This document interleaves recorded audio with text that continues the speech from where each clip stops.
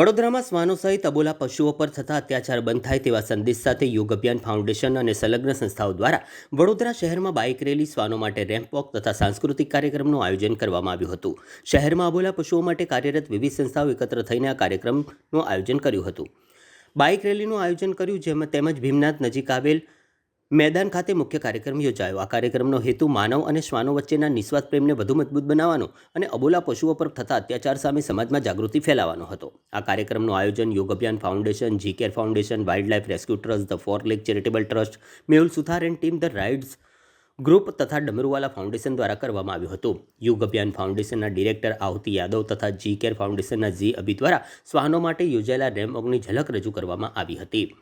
આ કાર્યક્રમ દરમિયાન એક રખડતા શ્વાનની અનોખી કહાની આધારિત ભૂરી નામની શોર્ટ ફિલ્મના પોસ્ટરનું લોન્ચિંગ પણ કરવામાં આવ્યું। આ ફિલ્મનું પ્રસ્તુતિકરણ ડાર્ક મેટર એન્ટરટેઇનમેન્ટ દ્વારા કરવામાં આવશે અને તેનું લેખન અને નિર્દેશન પ્રિંકેશ પ્રજાપતિ દ્વારા કરવામાં આવશે।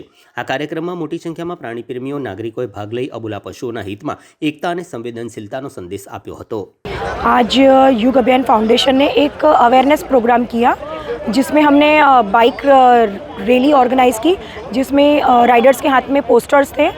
हमारे जो स्ट्रीट डॉग्स के खिलाफ़ जो फैसला आया है उसके सपोर्ट के लिए हमने सबसे मांग की है कि आप सब एक आइए, जिसके लिए हमें फिल्म इंडस्ट्री और मॉडल्स जो मेहुल सुथार सर हैं उनकी पूरी टीम ने सपोर्ट किया और बाइकर्स ने भी सपोर्ट किया। इससे हम ये मैसेज देना चाहते हैं कि जब भी ज़रूरत आएगी तो ये जो प्रोफेशंस हैं जिनके पास टाइम नहीं होता वो हमारे साथ ही हैं। और उसी के साथ साथ हमने बुरी की शॉर्ट फिल्म का लॉन्च किया है जो अगेन एक मैसेज देना चाहेगी कि कैसे एनिमल्स पे क्रूएलिटी होती है। और बस उसी सब के लिए ये प्रोग्राम किया गया। कुछ गाने थे, कुछ डांस था, कुछ स्पीचेस थी।